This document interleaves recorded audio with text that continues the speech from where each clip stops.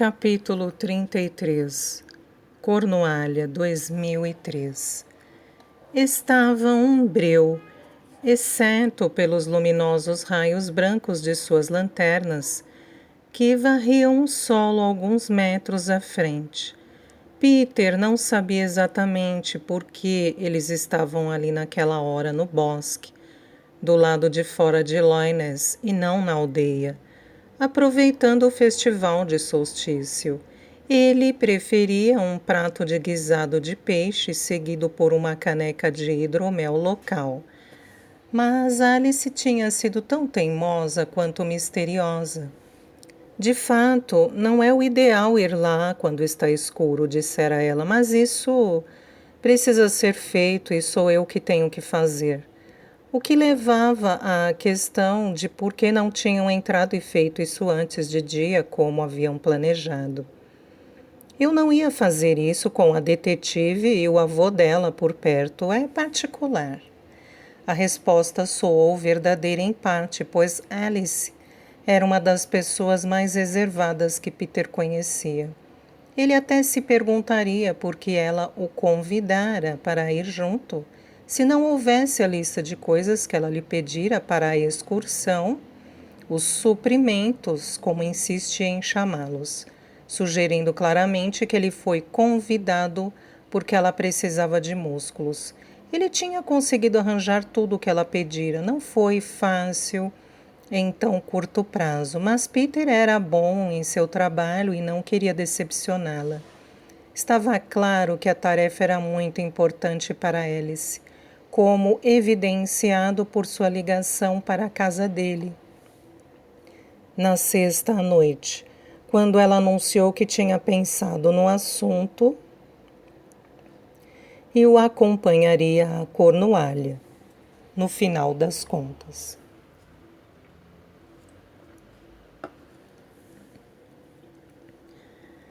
Ela se mostrara estranhamente empolgada, até mesmo tagarela, e ocorrera a Peter que Alice tinha exagerado no gin tônica, depois que ele fora embora. Não tenho intenção de assumir o controle da investigação, dissera ela antes de avisá-lo que estaria pronta, e esperando que ele a buscasse às 5 horas da manhã seguinte. É melhor partirmos antes que tenha trânsito, não acha? Ele concordara e estava prestes a desligar quando ela acrescentou: E Peter? Sim, Alice. Você acha que consegue uma pá e um par de luvas de jardinagem de boa qualidade? Há algo que eu gostaria muito de fazer enquanto estivermos lá. Durante todo o caminho desde Londres, ela ficou sentada ao lado dele com uma expressão fixa no rosto. Ar distraído, proferindo um decidido não é necessário. A todas as sugestões que ele fazia de que parassem para tomar ar.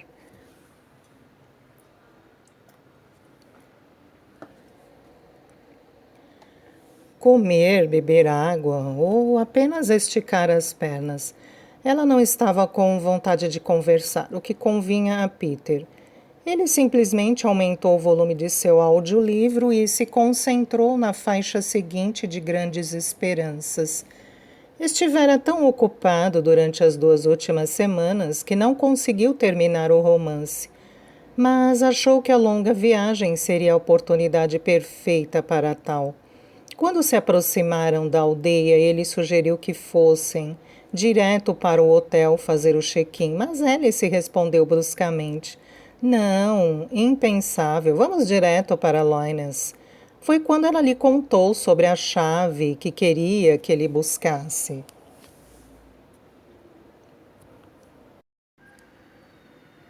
Há uma sala de secagem no andar de cima, disse ela, e no chão embaixo da prateleira uma tábua está solta. Você saberá qual é porque tem um nó na madeira que parece muito com a cabeça de um alce.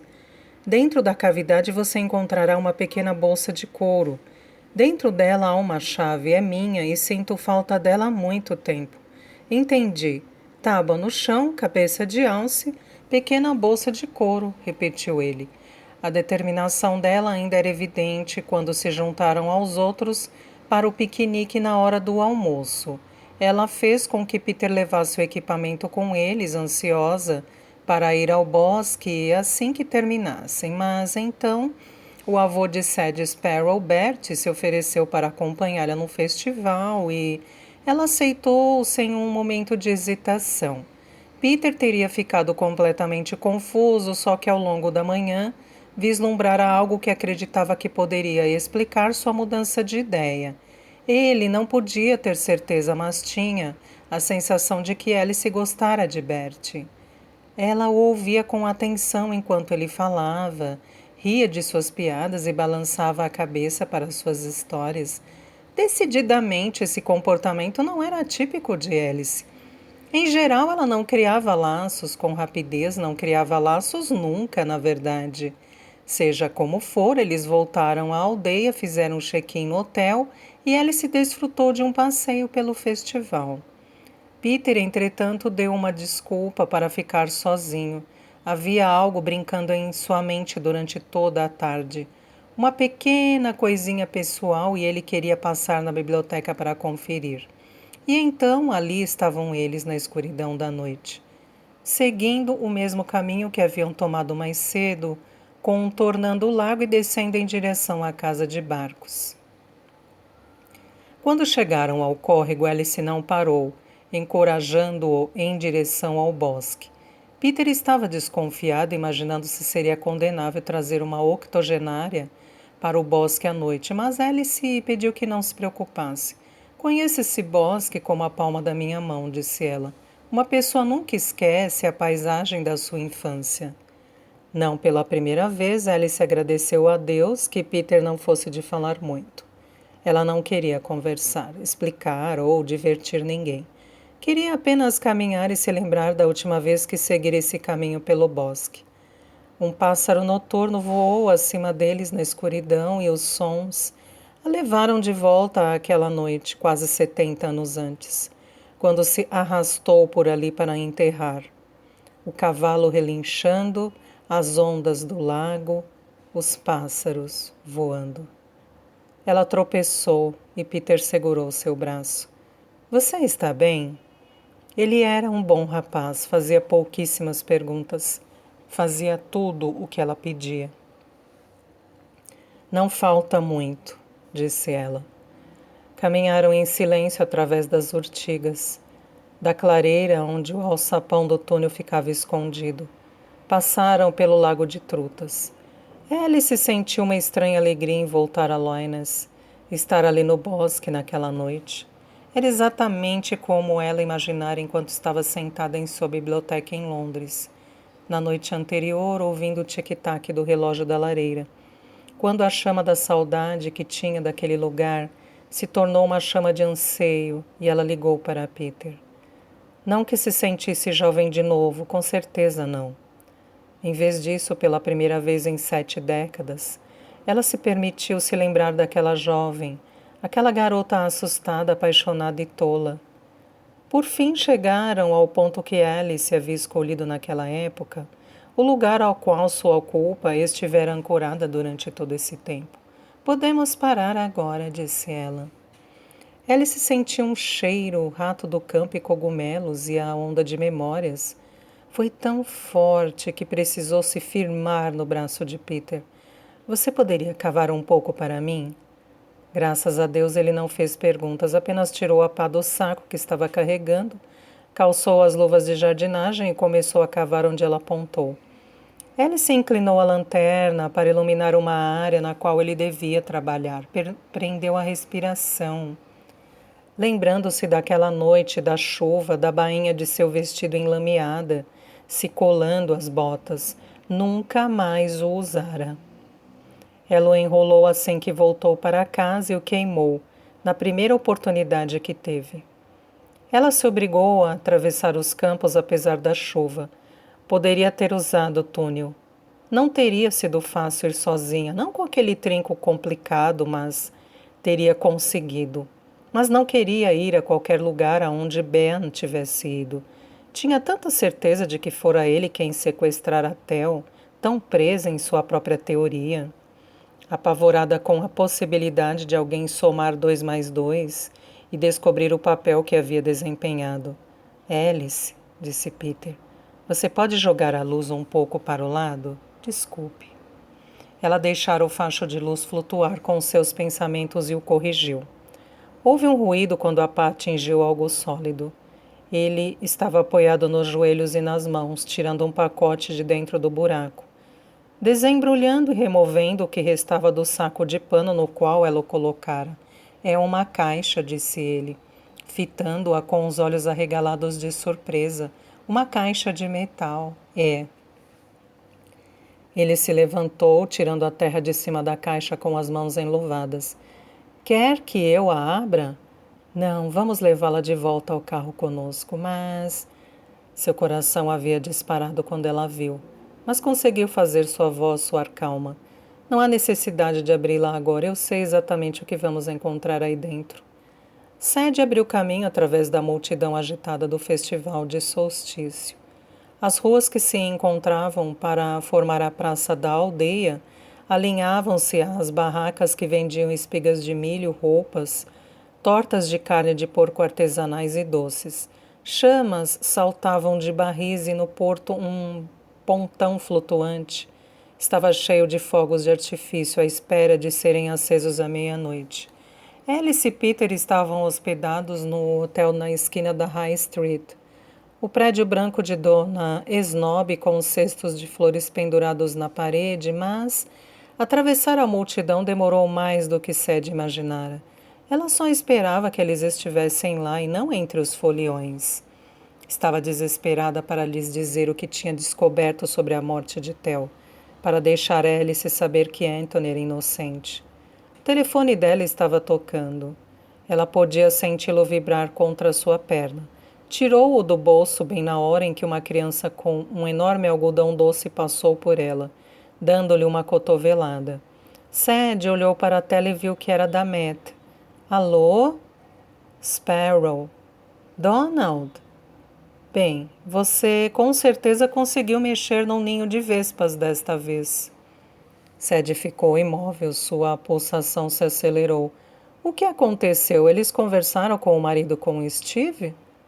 Ele está aqui agora preso, confessou tudo. O quê?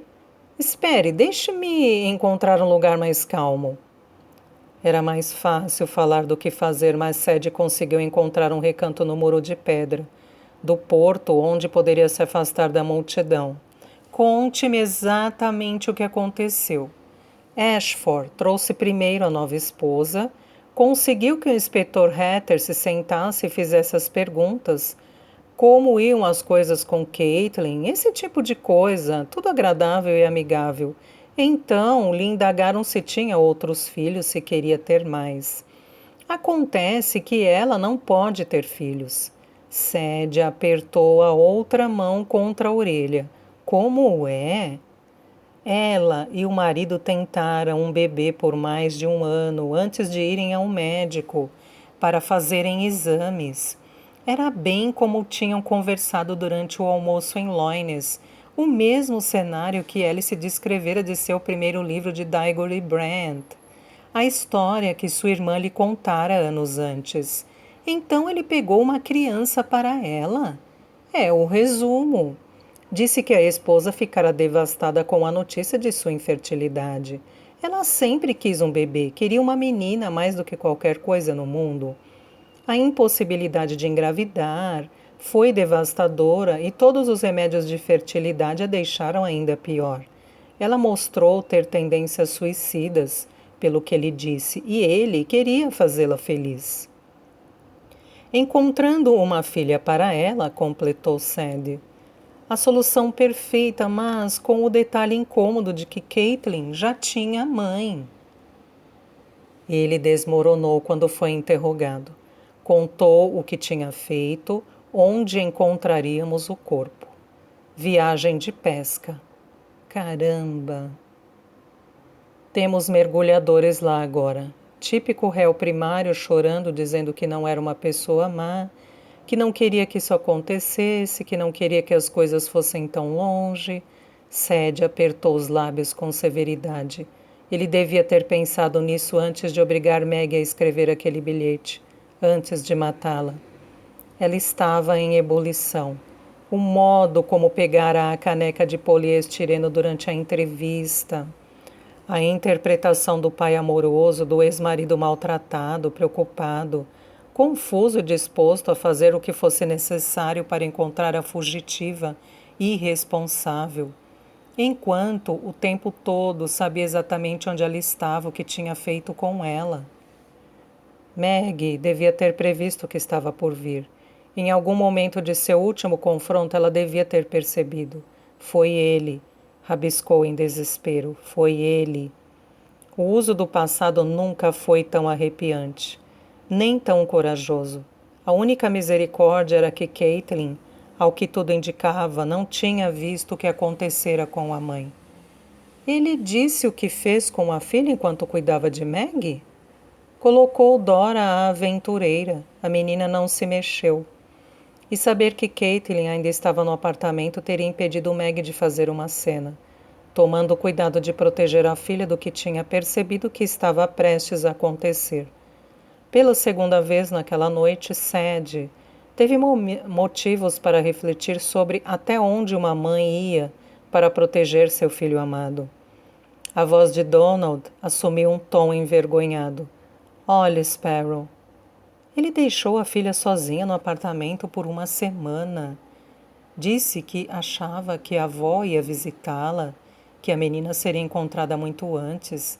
Disse que estava prestes a ir lá ele mesmo. Nancy Bailey tem que saber. Já enviaram um policial. Ela estava certa o tempo todo. Sim. A filha dela não fugiu. Maggie nunca faria isso, exatamente como Nancy tinha falado. Ela fora assassinada, e eles quase deixaram seu ex-marido sair impune. Sadie se sentiu aliviada e vingada, mas também enojada e triste, porque isso significava que a filha de Nancy não voltaria para casa. O que vai acontecer com Caitlin? O serviço de proteção à criança está cuidando dela agora. E depois? Não sei. Nancy adora a menina, disse Sadie. Cuidava dela quando Meg estava trabalhando. Já tem um quarto preparado para Caitlin. A criança deve ficar com sua família. Vou tomar nota disso. Precisamos fazer mais do que tomar nota, Donald. Devemos isso à menina. Falhamos com ela uma vez. Temos que garantir que isso não aconteça de novo. Sadie não ia deixar Caitlin desaparecer dentro do sistema. Ela era boa em botar a boca no trombone e ficaria mais do que feliz de fazer o barulho que fosse necessário para que as coisas acabassem como deviam. No momento em que estava tomando a resolução silenciosa de cobrar todos os favores que lhe eram devidos, de não parar até que Caitlin e Nancy estivessem reunidas, vislumbrou na multidão duas pessoas que reconheceu. Olhe, Don, tenho que ir. Tudo bem, Sparrow, entendi. Eu deveria ter dado ouvidos e... Não se preocupe com isso, falo com você depois. Só me faça um favor. Está bem. Certifique-se de que a menina e a avó fiquem juntas. Ela encerrou a ligação e guardou o telefone, costurando por entre a multidão o mais rápido que pôde, até o local onde tinha visto Alice e Peter. Parou um segundo ao chegar lá, olhando de um lado para o outro, até que viu os cabelos brancos inconfundíveis. Alice. Ela acenou com a mão acima da multidão. Peter. Eles pararam e olharam ao redor desorientados. Até Peter, uma cabeça mais alto do que a maioria das outras pessoas, avistar Sadie e sorrir. Aquela faísca novamente, nenhuma dúvida sobre isso. Detetive Sparrow, disse Alice, surpresa, quando Sadie os alcançou. Estou tão feliz por ter encontrado vocês. Sadie estava sem fôlego. Foi Ben. Foi ele o tempo todo. Então ela notou que Peter tinha uma pá em um saco sobre o ombro e Alice estava segurando algo em seus braços, uma caixa muito grande. Agora parecia segurá-la com mais força. Que diabos você quer dizer? Perguntou Alice. Ben levou o Theo. Seu pai, Anthony, não foi ele. Ele era inocente. Ela está delirando, disse Alice a Peter. Ajude-a, Peter. Ela não está falando coisa com coisa. Sadie balançou a cabeça. Ainda estava se recuperando da conversa com Donald. Precisava se acalmar. Começar do início, fazer com que vissem. Tem algum lugar onde possamos conversar? Um lugar mais tranquilo? Tem o hotel, respondeu Alice, mas tenho sérias dúvidas quanto à tranquilidade. Sadie olhou para o hotel. Alice estava certa, não haveria como escapar do barulho lá. Pensou no quintal de Bert, bem acima da aldeia, com vista para o mar. Venham comigo, falou. Conheço o lugar perfeito. Embora Bert ainda estivesse no festival, ele havia deixado a luz da varanda acesa e a porta aberta. Os cachorros examinaram os recém-chegados, cheirando-os curiosamente, antes de aceitarem que eram amigos e os seguirem para a cozinha. Quer uma xícara de alguma coisa? Ofereceu Sadie, lembrando vagamente que, como anfitriã, tinha alguns deveres. Suspeito que vou precisar de um copo de alguma coisa, disse Alice, alguma coisa forte. Sadie encontrou uma garrafa de sherry na parte de trás da despensa de Bert. Juntou algumas taças e levou tudo para junto dos outros no pátio. As luzinhas de Natal presas nos muros de pedra no jardim já estavam brilhando e quando Alice e Peter puxaram cadeiras até a mesa, Sadie acendeu as velas dos lampiões. Serviu-lhes a bebida. Então, disse Alice claramente sem disposição para sutilezas sociais, que história é essa sobre Benjamin Moron ter levado meu irmão? Pensei que tínhamos concordado, meu pai, o trauma de guerra. Sim, começou Sadie, nós tínhamos. E isso com certeza era importante, mas Theo não morreu naquela noite. Ben o levou e não agiu sozinho. Ele e sua mãe planejaram tudo. O que você está dizendo? A mão de Alice foi descansar no topo da caixa de metal que trouxera com ela. Estava coberta de terra e no espaço de um instante, Sadie conectou a sujeira com a pá de Peter, antes de deixar a curiosidade de lado e continuar. Estávamos certas sobre a ameaça que o trauma de guerra de seu pai representava, mas erradas quanto a ele ter machucado Theo. Ben e sua mãe decidiram que o bebê precisava ser protegido e o túnel, a festa, a queima de fogos, tudo isso lhes dava a oportunidade perfeita de sumir com o menino. Está nas cartas dela. Pelo menos se você souber o que procurar. Sua mãe sofreu, mas não conseguiu pensar em outra maneira de manter Theo em segurança. Ela não podia deixar seu pai, pois o amava, e tinha feito a promessa de não revelar a ninguém sua condição. Ela não via a alternativa. E Ben era o pai biológico de Theo, disse Peter, assentindo. A melhor pessoa a quem ela podia confiar o bebê. A única pessoa, concordou Sadie. Foi por isso que ela não quis oferecer uma recompensa, falou Alice de repente, conectando os pontos com a velocidade e a precisão que se poderia esperar de uma mulher que tinha tramado romances de mistério durante meio século. Isso sempre me incomodou. Eu não conseguia entender por que ela havia sido tão inflexível quanto a isso. Na época, ela disse que a perspectiva de dinheiro traria pessoas desesperadas, oportunistas. Agora faz sentido. Ela simplesmente não queria que as pessoas procurassem Ben e Theo. Ela não queria que eles fossem encontrados. Isso também explica por que ela insistiu em que nenhuma menção fosse feita na imprensa sobre a negligência da babá Bruin, disse Sadie, e por que ela se certificou de que Rosie Waters e a polícia local fossem generosamente recompensadas. Ela fez isso? Perguntou Alice. Eu não sabia.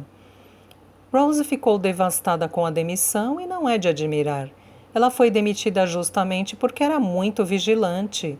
Não havia como o plano funcionar se Rose estivesse cuidando de Theo. Quando ela foi dispensada, sua mãe lhe deu excelentes referências e um bônus que lhe permitiu estudar. Isso resolveu o resto de sua vida. Ela estava se redimindo, disse Peter. Sadie assentiu. O sequestro, entre aspas, foi uma ficção criada por ela mesma. Então ela se certificou de que qualquer pessoa que sofresse as consequências disso fosse recompensada pela perda e pelos problemas desnecessários. Isso é típico da minha mãe, disse Alice. Seu senso de justiça, de correção, era seu norte. Então, o que aconteceu depois? Perguntou Peter. Ben levou Theo pelo túnel para longe de Loines. Acha que ele o criou? Alice franziu a testa, balançando o copo de Xeres de um lado para o outro entre os dedos. Ben lutou na Segunda Guerra Mundial. Morreu no desembarque na Normandia, coitado. Tão cruel morrer assim no fim. Ele tinha lutado durante muito tempo também. Minha irmã Clementine o viu na França em 1940. Theo ainda era um menino durante a Segunda Guerra Mundial, disse Sadie, fazendo um rápido cálculo mental. Tinha apenas 7 anos quando ela começou. Se Ben se alistou no início, não pode ter criado Theo como seu filho, a menos que tivesse se casado com outra pessoa.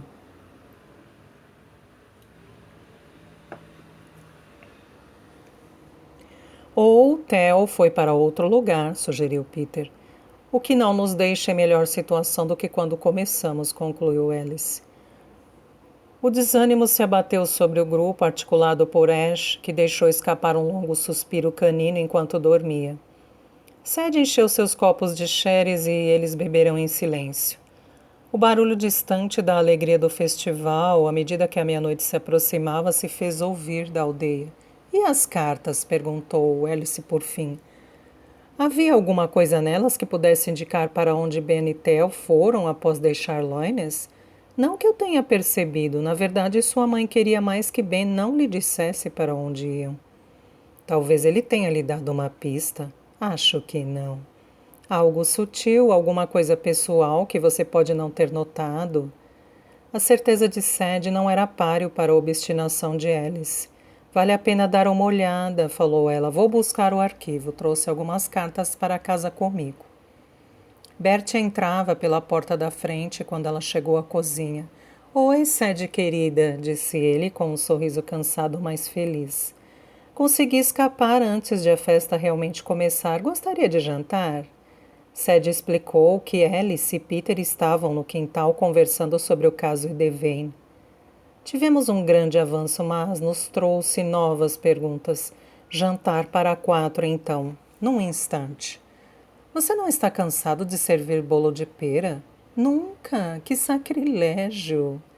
Enquanto ela tirava o arquivo da mochila, Bertie cantarolava baixinho perto da chaleira. E o outro assunto? Perguntou ele, jogando saquinhos de chá em xícaras. Teve notícias da Matt? Sadie o atualizou rapidamente sobre o telefonema de Donald. Então, disse ele com uma satisfação sombria, você estava certa. Eu lhe disse que seus instintos eram bons. Ele balançou a cabeça e seus lábios se apertaram em simpatia.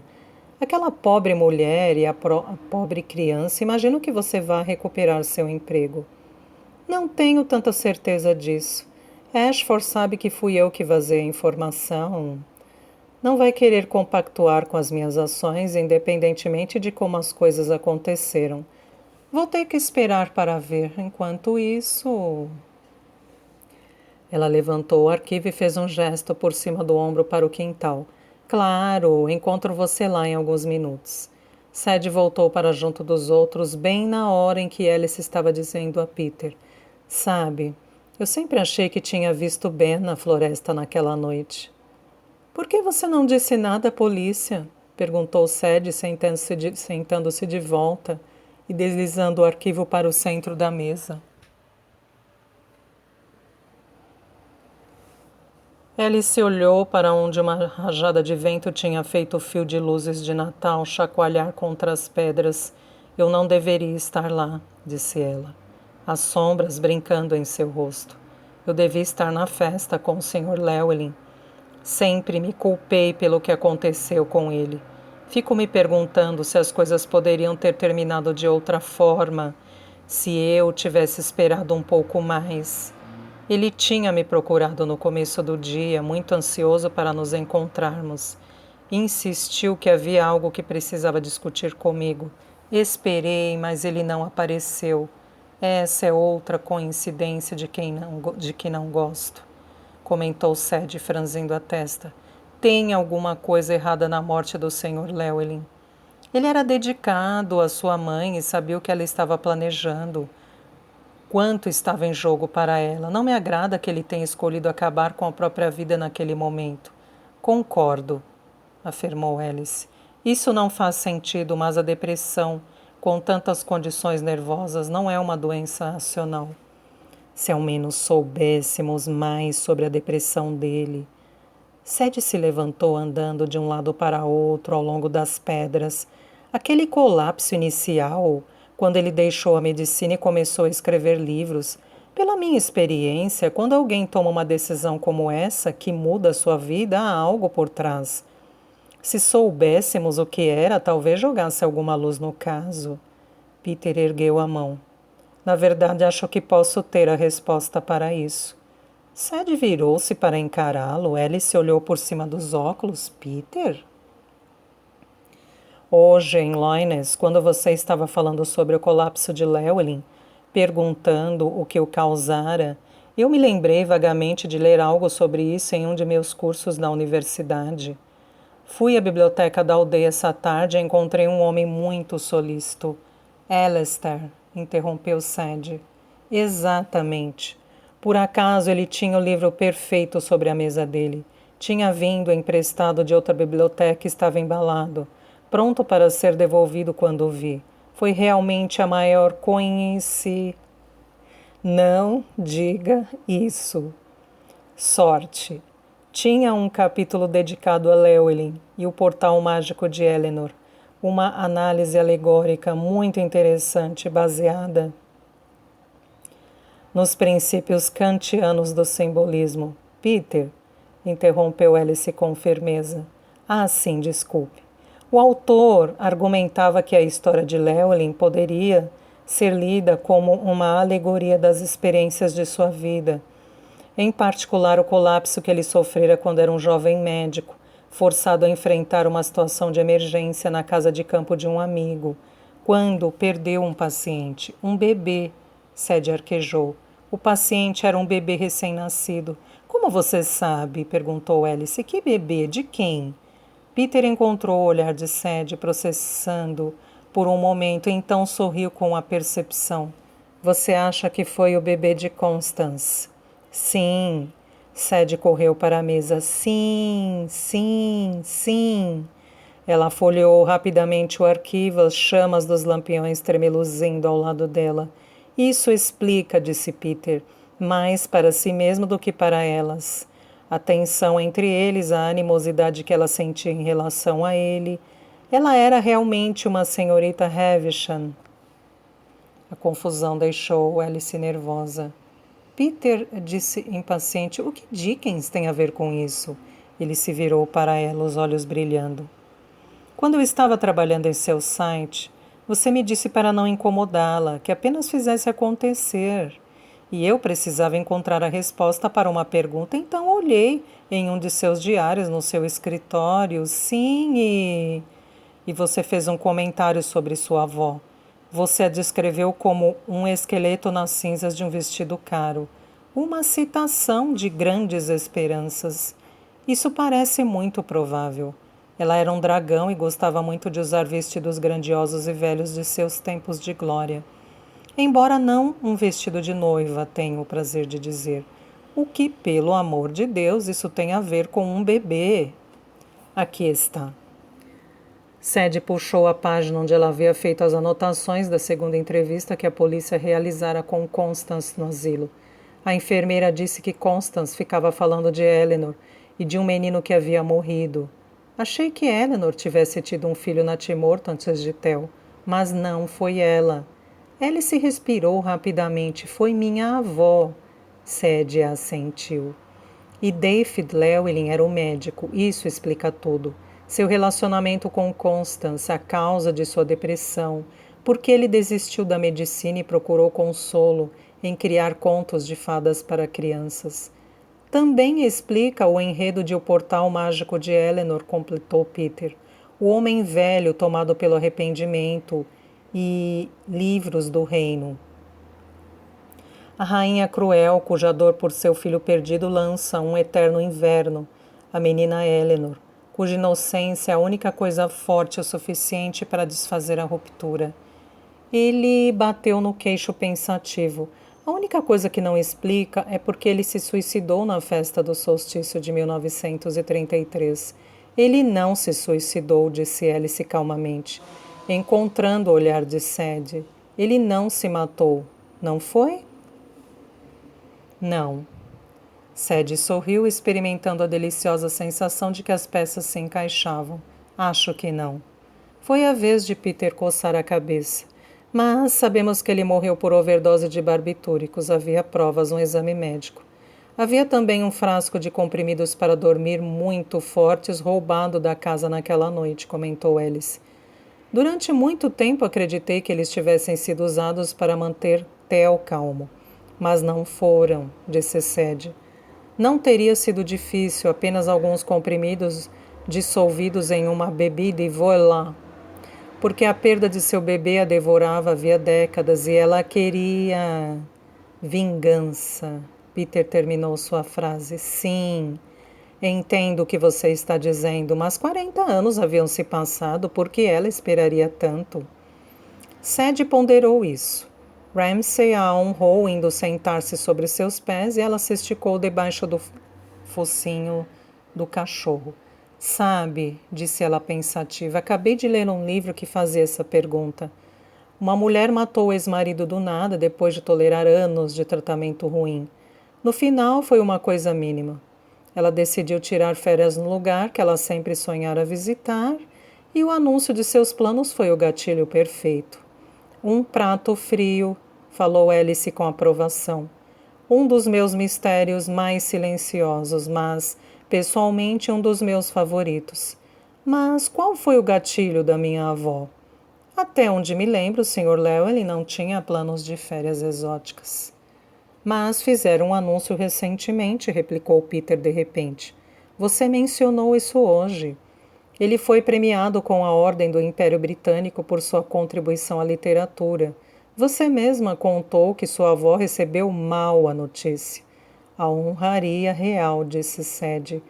A honraria real, repetiu Alice. Constance passou a vida tentando conseguir um convite para se misturar à realeza. Ela foi convidada ao palácio na infância, mas não pôde ir.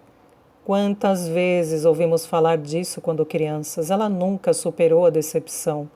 Alice deu um sorriso de triste satisfação. É o gatilho perfeito. Eu mesma não poderia ter planejado melhor. Todos permaneceram sentados em silêncio, ouvindo o barulho do mar, os ruídos do festival distante, desfrutando da solução. As pessoas poderiam ficar com suas drogas e seu álcool, pensou Sadie, mas não havia nada mais emocionante do que desvendar um quebra-cabeça, particularmente um como aquele tão inesperado. O momento reflexivo foi breve.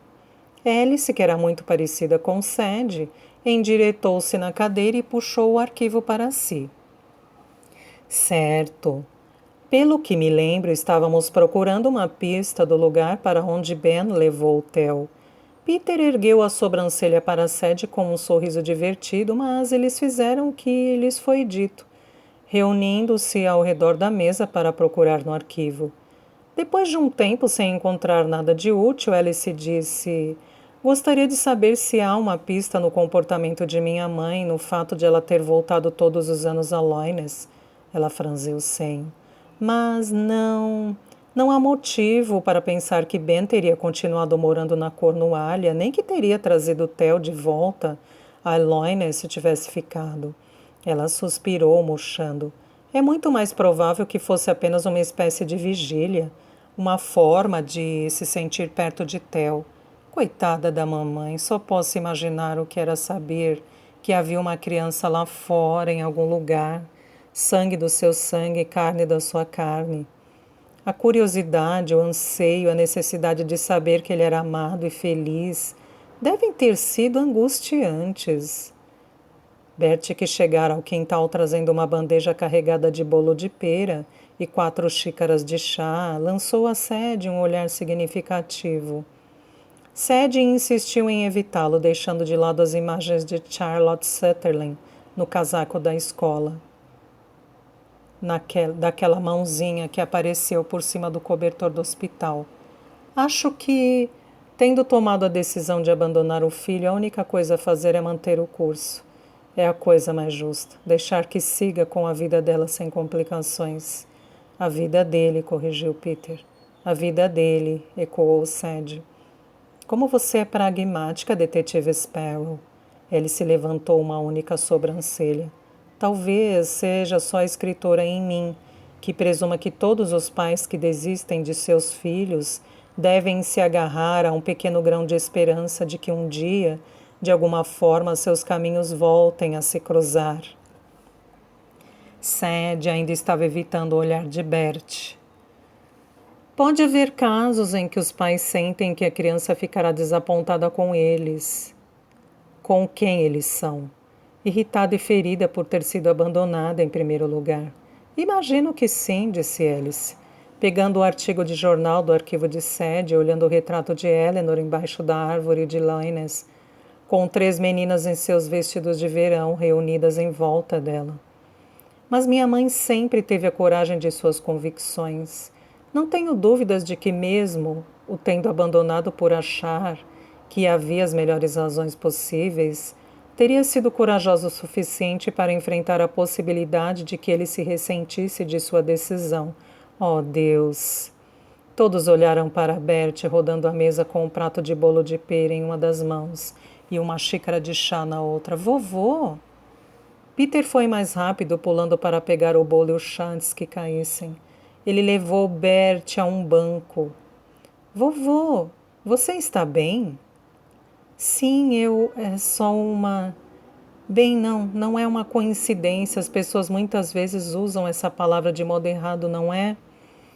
Elas querem dizer que algo é uma notável sequência de acontecimentos, mas esquecem, como eu fiz, que há um elo causal. Não é uma coincidência, apenas uma surpresa, uma grande surpresa. Ficou aturdido, balbuciando, e Sadie experimentou uma súbita preocupação de que o dia tivesse sido pesado demais para ele, que estivesse prestes a sofrer um derrame. Amor e medo se combinaram e pareceram grosseria.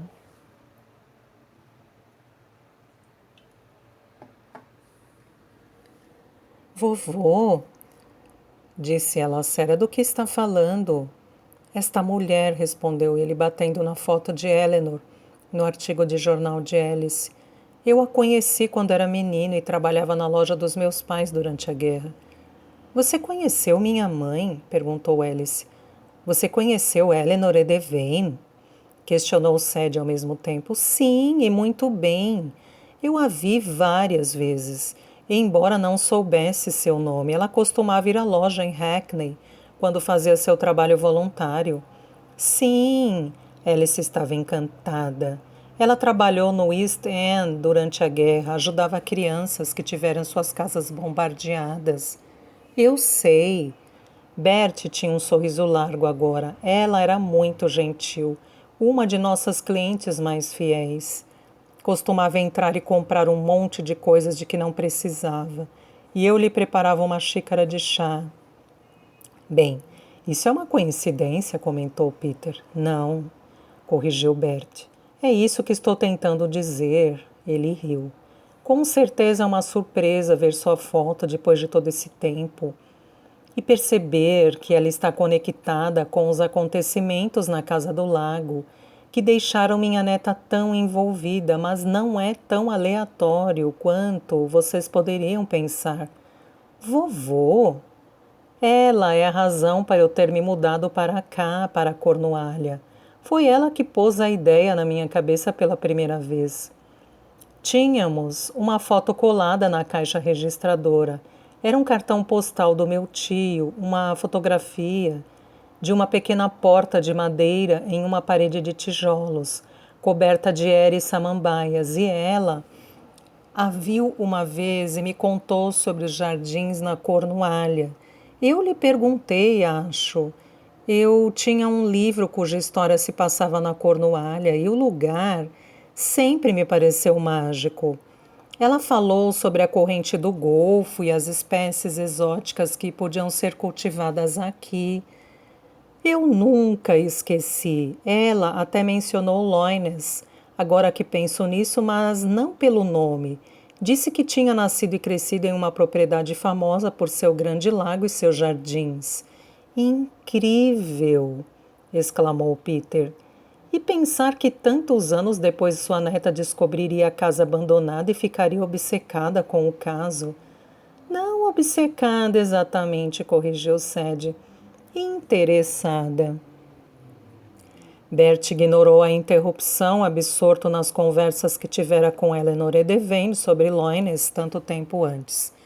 Ela fez parecer um lugar mágico, o sal e o mar, os túneis dos piratas e as fadas. Disse que havia até um jardim em miniatura, um local perfeito e tranquilo, com um lago de peixes dourados no centro. Havia, disse Alice. Ben Monroe o construiu. Ben Monroe? Um dos jardineiros de Loines. Ora, ora. Bert inclinou a cabeça. Isso é estranho. Esse era o nome do meu tio favorito que morreu na Segunda Guerra Mundial. Alice franziu a testa enquanto Peter perguntava: seu tio trabalhou em Loines? Não tenho certeza, é possível, acho. Ele fez todos os tipos de trabalho. Não costumava ficar muito tempo em lugar nenhum e sabia muito sobre plantas. Todos se entreolharam e Alice franziu mais a testa. Deve ser outro Benjamin Monroe. O Ben que conheci em Loines não poderia ter sido tio de alguém. Ele era filho único. Tio Ben também. Ele não era meu tio biológico, era um velho amigo de minha mãe. Eles cresceram juntos e ficaram muito unidos. Ambos tinham pais arqueólogos que viajavam a trabalho. Ben e minha mãe se encontraram quando suas famílias estavam alocadas no Japão. Todos ficaram em silêncio e o ar ao redor deles parecia carregado de estática. O silêncio foi quebrado por um estrondo alto e o assobio dos primeiros fogos de artifício do solstício, estourando no céu acima do porto. — Onde você nasceu, Bert? Perguntou Alice delicadamente. Vovô foi adotado quando era bebê, disse Sadie, lembrando-se.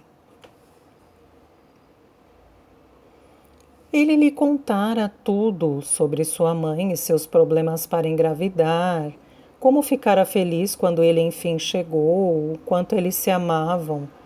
Aconteceu de novo quando Sadie foi morar com eles, e isso a ajudara a lidar mais facilmente com a própria decisão de dar seu bebê para adoção.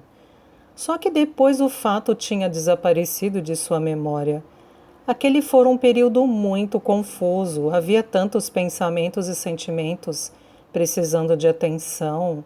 Bert tinha falado sobre seus pais tantas vezes ao longo dos anos com tanto amor e afeto que ela simplesmente esquecera que eles não eram sua família biológica. Bert ainda estava falando sobre sua mãe, Flo, e seu tio Ben, sem saber que Alice tinha ficado muito silenciosa e estava contornando a mesa em direção ao lugar onde ele estava sentado. Ela pegou o rosto dele entre as mãos trêmulas.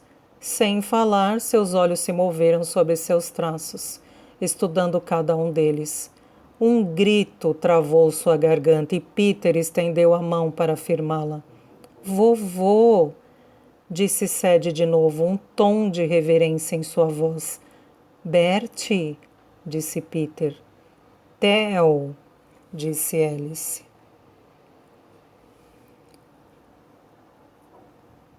Eles ainda estavam sentados no quintal do Seaview Cottage, quando as estrelas começaram a ser ofuscadas, e a promessa da luz do dia lançou uma faixa ao longo do horizonte. Ele costumava escrever para mim, disse Bert, abrindo a caixa de madeira que havia trazido do sótão.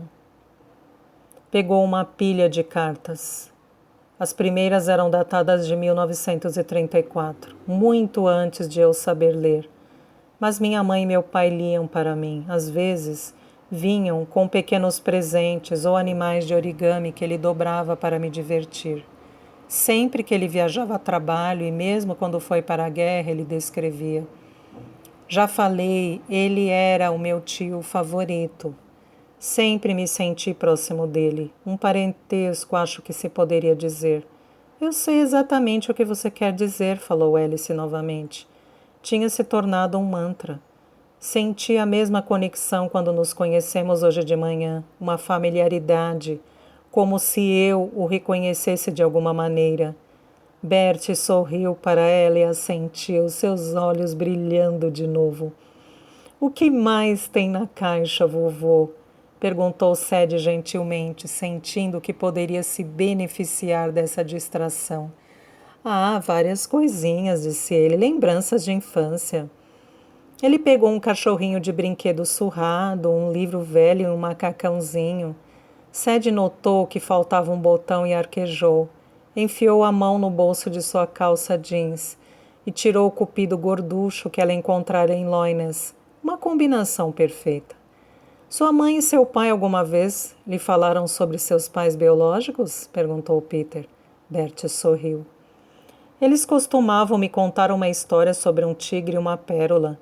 Quando eu era pequeno, adorava acreditar que eu tinha sido trazido da África na forma de uma joia encantada, que eu tinha nascido na floresta, sido desmamado e alimentado por fadas e depois deixado na porta dos meus pais.